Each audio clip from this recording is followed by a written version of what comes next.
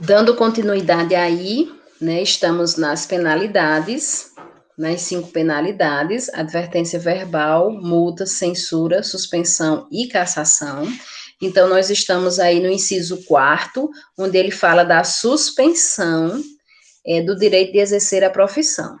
A suspensão consiste na proibição do exercício profissional da enfermagem por um período de até 90 dias e será divulgada nas publicações oficiais do sistema COFEN-CORENS, jornais de grande circulação e comunicada aos órgãos empregadores, tá? Então, veja, pessoal, na suspensão, o profissional ele pode, né, ser proibido de trabalhar por até 90 dias, tá? E isso, a instituição em que ele trabalha, né, que aqui é a comunicação aos órgãos empregadores, eles serão comunicados porque ele não tem obrigação, né, a instituição ela não tem obrigação de pagar ao profissional porque ele não, pelos dias que ele não trabalhou, tá certo? Isso foi um problema, o profissional e o seu conselho. A instituição, ela não tem nada a ver com isso, tá certo? Então, por isso que ela não é obrigada a pagar os dias que o profissional não trabalhou, tá? Além disso, a penalidade da suspensão vai ser divulgada nos jornais, né, de grande circulação do sistema COFEN-COREN, tá? E outra coisa, pessoal, essa penalidade, ela é aplicada pelo COREN, tá? A penalidade da suspensão, ela é aplicada pelo COREN. Como eu falei para vocês no início, né, de quando a gente trabalhou essa resolução 564, eu falei para vocês que antes a gente trabalhava com a 311, tá certo? Eu só estou falando isso porque vocês podem pegar algum exercício que não tenha lá 90 dias, tá? É porque ele vai estar trabalhando lá com a 311. Então, no cabeçalho da questão, se falar que é de acordo com a resolução 311 de 2007, lá o período da suspensão ele vai até 29 dias. Tá certo? Se nós trabalhamos com a resolução 564, que é aqui, que é a atual, tá? O período de suspensão é até 90 dias. Por que é que eu estou dizendo isso a vocês? Porque vocês podem pegar uma questão antiga, tá? E lá dizer, né, que de acordo com lá está no cabeçalho falando que a resolução é 311. Então, vocês já vão saber que com relação a 311, o período era até 29 dias. Mas, atualmente, nós estamos trabalhando com a 564, que o período de suspensão é até 90 dias. Certo? No inciso 5º, nós temos a cassação. Lembrando para vocês que a cassação, a penalidade da cassação, ela é feita pelo COFEN, tá? E consiste na perda do direito ao exercício da enfermagem por um período de até 30 anos. E será divulgado nas publicações do sistema COFEN-COREN e em jornais de grande circulação, tá? Então, veja que durante 30 anos, por um período de até 30 anos, o profissional não vai poder exercer a profissão porque ele está cassado. E daí nas revistas, né, aparece lá, nas revistas de grande circulação do sistema COFEN-COREN e alguns jornais que estejam ligados ao sistema COFEN-COREN, aparece lá, profissionais censurados, a lista, profissionais cassados e profissionais suspensos, tá certo? Daí a divulgação. No inciso 6º, as penalidades aplicadas deverão ser registradas no prontuário do infrator, tá? Veja, pessoal, toda aquela documentação que a gente leva para o COREN, entrega a documentação, a cópia dos nossos dados lá no COREN, fica arquivado numa pasta. Essa pasta, ela é chamada de prontuário, tá? Então, lá no nosso prontuário, todos os profissionais, seja técnico, seja enfermeiro, seja auxiliar, tem lá o seu prontuário no COREN que é escrito, tá certo? Tudo que acontecer com a gente, seja infração, seja penalidade, seja estar vinculado a um serviço ou a outro serviço, estará lá no nosso prontuário, tá? A gente mudou de Corém, né? Saiu do Corém Ceará e foi lá para o Corém São Paulo. O nosso prontuário vai junto, tá? Que a gente sabe que isso é tudo eletrônico hoje, né? Tudo digital. Então, tudo que acontece com a gente com relação à nossa profissão será registrado no nosso prontuário lá no nosso Corém, tá certo? Inciso 7º. Nas penalidades de suspensão e cassação, o profissional terá sua carteira retida no ato da notificação, em todas as categorias em que for escrito, sendo devolvida após o cumprimento da pena e, no caso da cassação, após o processo de reabilitação. Certo? Então, nós temos a nossa carteirinha retida, e isso implica que a instituição, né, em que a gente trabalha, ela vai ser informada, né, e também isso nos impede de, por exemplo, né, querer dar aquele jeitinho e querer entrar em outra instituição, tá? A gente não vai poder entrar, por quê? Porque a gente não tem a nossa carteirinha, tá? Então, mesmo que a gente queira usar aí de má fé, que não é para ser feito, a gente vai ser impedido porque nós não temos a nossa carteira profissional, ok? Artigo 109. As penalidades referentes à advertência verbal, multa, censura e suspensão do exercício profissional serão da responsabilidade do Corém. Isso aí a gente estava vendo em cada um. Serão registrados no prontuário do profissional de enfermagem. A pena de cassação do direito ao exercício profissional é de competência do COFEM, conforme o disposto no artigo 18 da Lei 5.905 de 73, que é a lei que trabalha a criação dos conselhos de enfermagem. Parágrafo único. Na situação em que o processo tiver origem no Conselho Federal de Enfermagem e nos casos de cassação do exercício profissional, terá como instância superior a Assembleia de Presidentes dos Conselhos de Enfermagem, tá? Isso aqui, nesse parágrafo único, quer dizer que o quê? Que quem vai analisar a situação do profissional com relação a ser cassado são os conselheiros, tá? Dos demais de todos os conselhos, tá? Que formam aí o COFEM.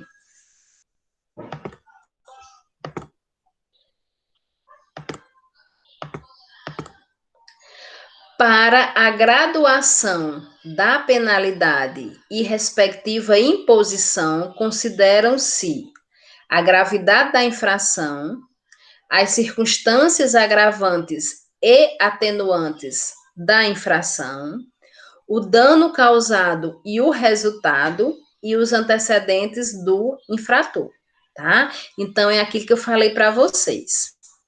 Quando o profissional comete alguma infração, então vai ser aberto, né, um inquérito sobre ele, vai ser instaurado um inquérito sobre ele, e daí vão se analisar com relação às penalidades, tá? O que é que vão analisar? A gravidade da infração, tá?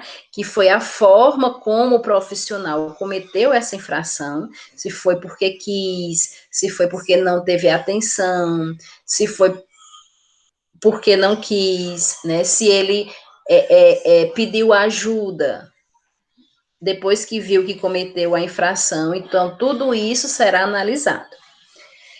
Vai ser analisado as circunstâncias agravantes e atenuantes da infração, tá?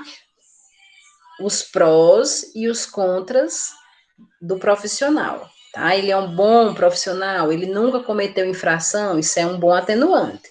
Ele já cometeu outras infrações, ele cometeu essa lesão porque quis, porque não prestou atenção, isso é um agravante, tá?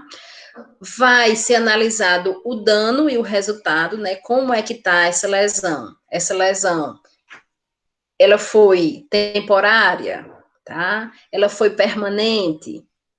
ela fez com que o paciente tivesse que amputar um membro, tá? O paciente veio a óbito devido a essa infração, e os antecedentes do infrator, né, que é essa relação aí de agravante e atenuante.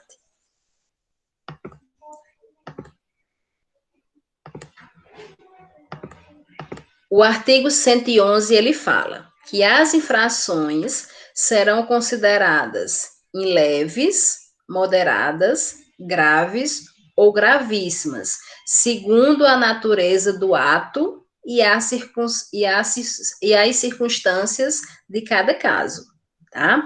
Então, veja, nós temos 5 penalidades, que é advertência verbal, multa, suspensão, censura e cassação, tá?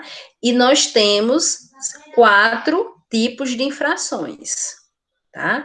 Que são, na realidade, os grupos de infrações, certo? Que é a leve, moderada, grave ou gravíssima. Vamos ver aí o que entra na infração para ser considerada leve.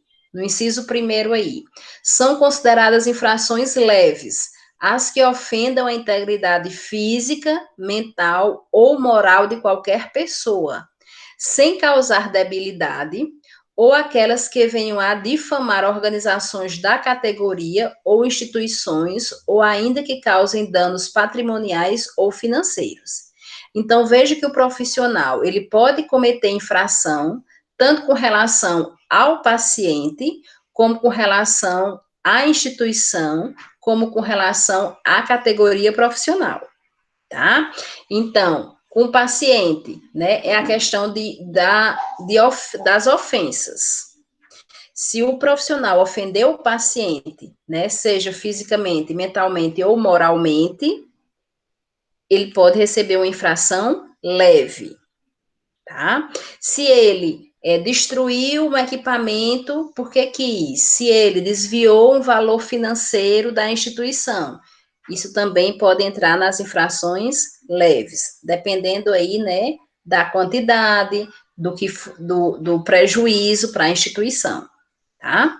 Inciso 2º, são consideradas infrações moderadas as que provoquem debilidade temporária do membro, sentido ou função na pessoa, ou ainda as que causem danos mentais, morais, patrimoniais ou financeiros. Então, veja que nas infrações moderadas também entra a questão infração com o paciente, infração com a instituição, tá? Em questão de realmente danificar algum objeto, né, algum equipamento, algum material da instituição, né, desvio de materiais, tá? Como também os desvios financeiros, ok? Com relação ao paciente, é lesionar o paciente temporariamente, tá? E veja, pessoal, quando é aberto um inquérito com relação a essas lesões temporárias, muitas vezes o profissional ele vai ter que arcar com os custos aí da reabilitação, tá? Então, por exemplo, o profissional cometeu uma infração lesionando o membro, uma perna do paciente, tá? E esse paciente, né, vai ter que fazer fisioterapia para melhorar o movimento. Então, muitas vezes, o profissional, ele vai ter que arcar com esse tratamento aí, tá? Então, é uma debilidade temporária. O tempo que o paciente se sentir prejudicado ou tiver sido prejudicado, muitas vezes o profissional que vai arcar com essa questão financeira, tá? Inciso 3º, são consideradas infrações graves, a que provoquem perigo de morte, debilidade permanente de membro, sentido ou função, dano moral irremediável na pessoa, ou ainda que causem danos mentais, morais, patrimoniais ou financeiros. Então, aqui nós entramos também com relação ao paciente e com relação à instituição, né? A questão de danos, né, de materiais e equipamentos, a questão de danos financeiros, tá? E com relação ao paciente, o perigo de morte, né? Ou seja, o paciente a infração fez com que o paciente entrasse em risco, tá? Em risco de morrer, ok? E também ele perdeu o membro, precisou fazer amputação, ele perdeu todo o movimento do membro, tá? Ele teve sentidos prejudicados, então esses aí entram como infrações graves. Tá certo, Adriele, tá? E inciso 4 são consideradas infrações gravíssimas, as que provoquem a morte, debilidade permanente do membro, sentido ou função e dano moral irremediável à pessoa. Então, nas infrações gravíssimas entram aí a questão do paciente, tá? Então, realmente é a morte desse paciente. Entra aí como infração gravíssima. E daí, pessoal, como eu falei para vocês, né, é analisado os atenuantes e os agravantes do profissional, para se ver a infração e para se analisar a infração e para se saber qual penalidade esse profissional vai ter que arcar, tá? O que são circunstâncias atenuantes?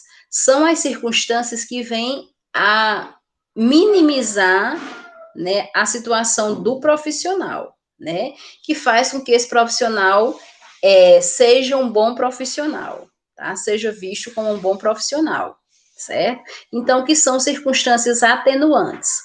Ter o infrator aqui é o profissional, procurado logo após a infração, por sua espontânea vontade e com eficiência, evitar ou minorar as consequências do seu ato. Então, ele viu que cometeu a infração, viu que fez algo de errado, e daí ele buscou ajuda, espontaneamente. Daí ele comunicou ao médico, a outro profissional, né, que com relação a dar uma olhada, dar uma assistência mais a esse paciente, tá certo?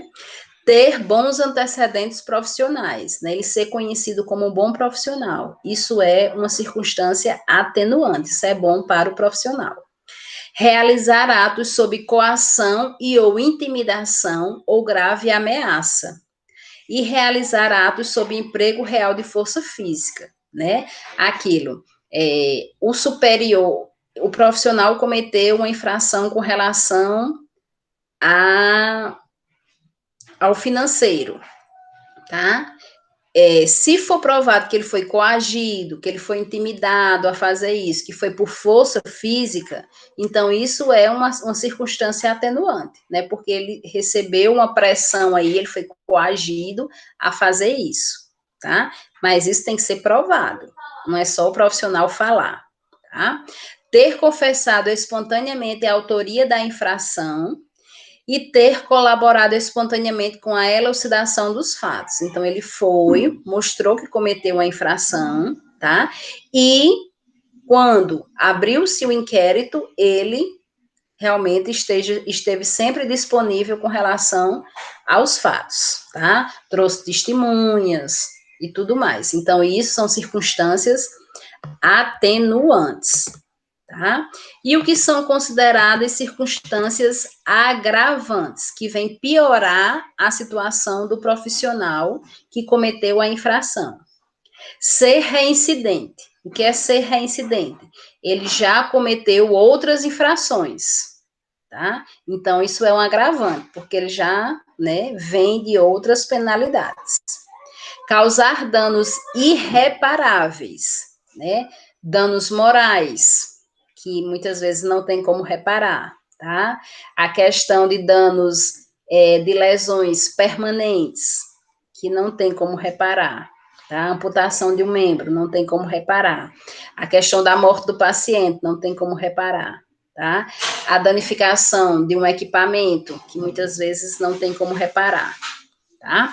Cometer infração dolosamente e cometer infração por motivo fútil ou torpe. Ele cometeu a infração sabendo que ali estava causando dor ao paciente, tá? Ou ele cometeu a infração porque não observou, não prestou atenção. Foi negligência dele, isso aí, tá? a gravidade do paciente foi negligência do profissional. Facilitar ou assegurar a execução, a ocultação, a impunidade ou a vantagem de outra infração. Tá? Então, eu sei que o meu colega está cometendo, né, uma infração, e daí eu ajudo ele a fazer isso, e recebo alguma vantagem, tá? Então, isso é uma infração, ok? Isso é um agravante. Aproveitar-se da fragilidade da vítima, certo? No sentido de, nós temos, né, alguns exemplos aí, né, com relação a aproveitar-se da sexualidade, porque a vítima, né, está desorientada, tá? A questão também de receber vantagens financeiras, né, porque a vítima está precisando, né, de algum medicamento com urgência, de algum exame com urgência, e o profissional dizer que consegue, né, caso ele, né, o paciente venha dar algum valor financeiro para ele, tá? Receber essas vantagens quando no horário de trabalho, tá? Que é nossa obrigação fazer e a gente faz, né, isso ganhando vantagens. Isso são agravantes, tá? A gente não pode estar fazendo isso. Nós somos proibidos de estar recebendo vantagens no nosso ambiente de trabalho e no nosso horário de trabalho. Cometer a infração com abuso de autoridade ou violação ou dever inerente ao cargo ou função ou exercício profissional, tá? Então, eu estar, né, retirando financeiramente da instituição, e daí eu obrigar, né, o meu colega a fazer isso porque eu sou o chefe dele, tá? Ter maus antecedentes profissionais, então ele já ser conhecido como um péssimo profissional, isso são agravantes. E alterar ou falsificar prova, ou concorrer para a desconstrução de fato que se relacione com o apurado na denúncia durante a condução do processo ético. Então, foi-se aberto o processo contra o profissional. E daí ele vai tentar esconder provas ou falsificar provas, tá? Isso são agravantes.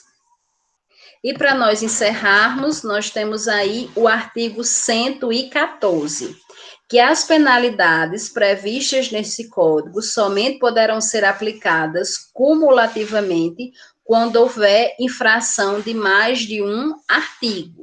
O que é que isso quer dizer? Que para que se seja aberto um processo ético com relação ao profissional, isso só vai acontecer se ele tiver cometido uma infração com vários artigos. Se ele tiver ido contra vários artigos do Código de Ética. Certo? Tranquilo, pessoal, com relação à resolução 564.